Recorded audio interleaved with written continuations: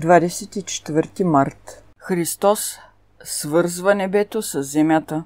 Както ми е заповядал Отец, така правя. Йоан 14:31. Хората, изпитали Божията благодат, би трябвало да бъдат най-благодарни.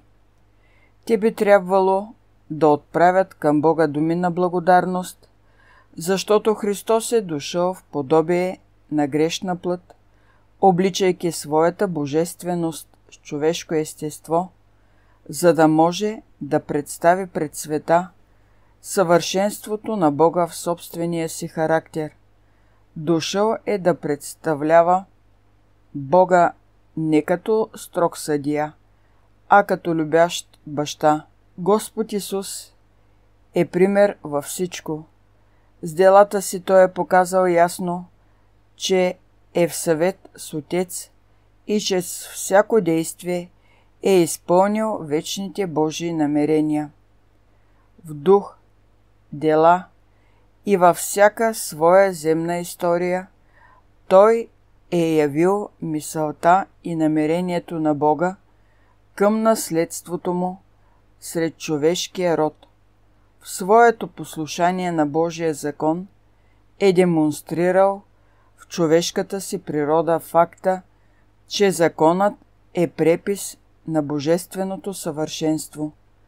Дарявайки Христос на света, Бог е щял да победи падналите мъже и жени с чудното проявление на своята велика любов, с която ни е възлюбил. Но, докато Той е искал всички да дойдат до покаяние, декларацията, че е нямало да оневини виновния, не по-малко е изявявала неговия характер.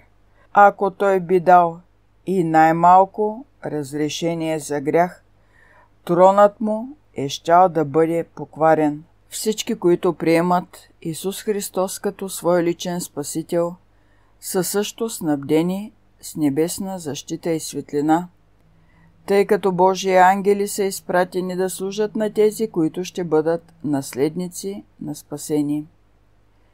Изображението, дадено на Яков на стълба, чиято основа се е опирала на земята и горният край е стигал до Божия трон, по която са се изкачвали и слизали небесни ангели, е образ на плана за спасението.